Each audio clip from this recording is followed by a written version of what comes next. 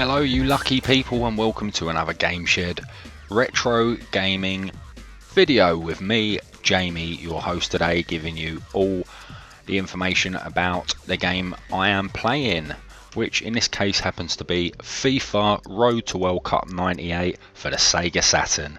So I'm going to quickly jump into a friendly match, me being Arsenal against arch rivals Tottenham Hotspur. I've just decided to play this game quite simply as I'm quite envious towards my TGS co-founder Mark, who's just picked up FIFA 13 for his PlayStation 3. He's busy tinkering away like a Swiss watchmaker at his house on that. So yeah, I thought I know what will make him jealous if I dig out the Sega Saturn and give him a little text to say, yeah, you might be playing FIFA 13, but does anything beat FIFA 98 with its, and I quote, refined graphics engine, which you can tell here from this stock footage of London, which looks like it was taken circa 1975. The refined graphics engine in this being called the virtual motion engine. So hopefully that's enough to get you excited about FIFA 1998 or the Road to World Cup 98. Virtual motion engine. I know you're anticipating huge things. Look at that team lineup. How could you not be excited by the likes of Dixon, Bold, Petit, Parler, Vieira, Overmars, Bergkamp and the like? It's a match made in heaven, and here they come. Here's your first glimpse of the characters, the players, the stadium, the grass. Look how real it looks. Right, we've got to try and play guess the player. So I'm assuming that it is Bergkamp and Wright kicking off. There we go. So I'm shooting left to right and Tottenham shooting right to left. For those of you unaware of football, football is a game of two halves, each half into 45-minute segments. Name of the game, quite simple: score a goal. Put that little round ball into the back of your opposing team's net. Sounds quite daft, quite simple for me to say that, but there may be people in countries watching this who don't play football or soccer. You know, nice to give them a little heads up. So out to you if you're unsure. So my player, the player I am currently controlling, is denoted by a little yellow dot underneath their footsies. There we go, lovely little tackle by me. Your commentary in this game is by the famous John Motson, Andy Gray and Des Lynam. Quite an outstanding lineup, I think you'll agree. Let's give you some more information about this cracking game while Tottenham try and break down my defence by crossing the ball in. Oh, hello. Come off it. Emmanuel Petit, with his long hair, has just been red carded. For what? I'm not too sure. I do suspect Tottenham of having a little dive there. Not happy about that. So they've got a penalty. I'm in goal, so let me shut up while I try and save this. Let's go left. Ooh, that's lucky. He's popped it wide of the post there. So we're all right. We're on level pegging. 20 minutes in, still 0-0. So what's this game all about? It's the 5th instalment of the FIFA franchise, and this version boasts quite a big boast that no other FIFA can boast. Excessive use of the word boast there, I do apologise, but it has 172 national teams and 189 domestic teams. Now apparently, this is only apparently, FIFA has never tried to replicate having every single international team in one of their games. I've scored 1-0 to Arsenal, Ian Wright, and that sounds quite correct and realistic, because Tottenham back in 97-98 was certainly not firing on the cylinders that Arsenal were firing on. So why have FIFA not replicated their 172 national teams? Quite frankly, would you want to play as, I don't know, Uzbekistan? I don't know. Maybe you would. Maybe you're an Uzbek and you like your football games. Who knows? But yes, maybe they'll release that, or a patch at least, in FIFA 13, so you can play as all those crazy teams.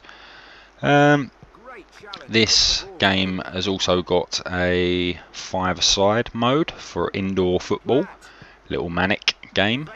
And it's the first time that a FIFA game has ever included the proper offside rule. It's always had offside, but if one of your players drifted into the offside position, if he was not necessarily taking part in the action as such, if he wasn't being passed the ball but just drifted into an offside position, the opposition would be awarded an offside free kick. So this game, floaty ball there, seemed to sort of levitate a bit. Yeah, this version of the game only gives you an infringement when you pass the ball to a player in an offside position, for example. So it's a true offside penalty, if you like. There's 16 stadiums in total in this game, and they're fairly average, if I'm being honest. Graphics ain't the best. It plays reasonably okay. The game also does boast that it's got improved artificial intelligence. Now, I'm not too sure about that myself. I'm a little bit hesitant to say it's got any kind of intelligence whatsoever, quite frankly. The goalies, they're not all that clever, making some very, very fundamental mistakes. But yeah, it's playable. It's very playable. You can probably pick it up nice and cheap on the internet. Saturn version, one of the later releases. I believe it was released in on New Year's Eve in, I think, 97, off the top of my head. Can't recall. I do apologise. Yeah, it's enjoyable. There were several FIFA games on the Saturn, 3, I believe, over its short lifespan. You've got FIFA 96, 7 and 8.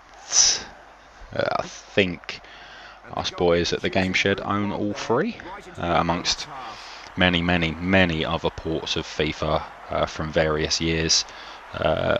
Mega Drive, SNES, right up to PS3. All very enjoyable. Myself, I did mention earlier that Mark is sitting there at the moment playing FIFA 13. I've got a penalty here, right? I'm a little bit confused because Lee Dixon is my preferred penalty taker. Oh, he's done a good job, but he is a defender. Why is he my penalty taker? Not too sure, but he's done a good job there, swerving the ball straight down the middle. I've forgotten what I was talking about. It's clearly not important. Oh yes, why don't I own FIFA 13 yet? Mark seems to. Quite frankly, I'm not the biggest football video game fan. I mean, Pro Evo 6 was probably the last game I properly got into in terms of football games. Now, that's quite a while ago on the PS2. A football game I was fully addicted to was Sega Worldwide Soccer on the Sega Saturn. I thought it played like an absolute dream. Sort of, I'd say, a stepping stone between the sort of realism of the FIFA franchise and an arcade football game such as Virtua Striker. It was just the perfect balance of the two. I played that solidly for months. It was at one point the most enjoyable Sega Saturn game I owned. I loved it. You can check out our channel and have a look for Sega Worldwide Soccer. I do believe we've done a video of the Dreamcast version and the Saturn version. Both lovely. So I'm 3-0 up at the moment. Kind of finding this a little bit easy. It's the first time I've played it in a very, very long time. It might be in a collection, but the collection, you know, it's a collection. The games don't get used every single day. In fact, quite a few of the hundreds of games we have here have just been sitting around for years without even being looked at. There you have it. Really, it's yeah, give it a go. It's enjoyable. I mean, it's not the best football game by any means at all of this generation. As I mentioned previously, Sega Worldwide Soccer, a lot more fun. Perhaps some of the arcade ports as well, like the original Virtua Striker, a bit more enjoyable. UEFA Striker on the PS1, very, very fun game as well. Most of these you can pick up and play with without too much sort of learning curve. I mean, this here's got basic button control. It's got some more advanced button controls, but you don't need it. It's got a run button, which is X, I believe. Tap the X button. A button is lob, I believe. B button is pass. There you go. That's what I mean about the artificial intelligence, the AI being a bit poo. Keeper slipped up. Dennis Bergkamp slid in. Bosh. There we go. Let's watch that back. Keeper fluffed it. Bergkamp, bang. The Iceman.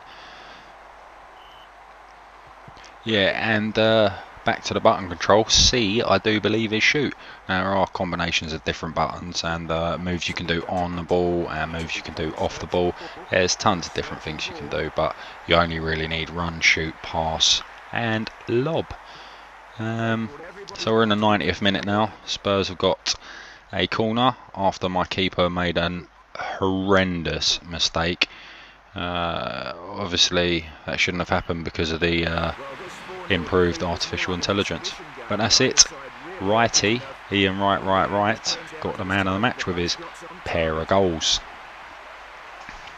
Let me give this a score. I'll give it a 6.8 out of 10.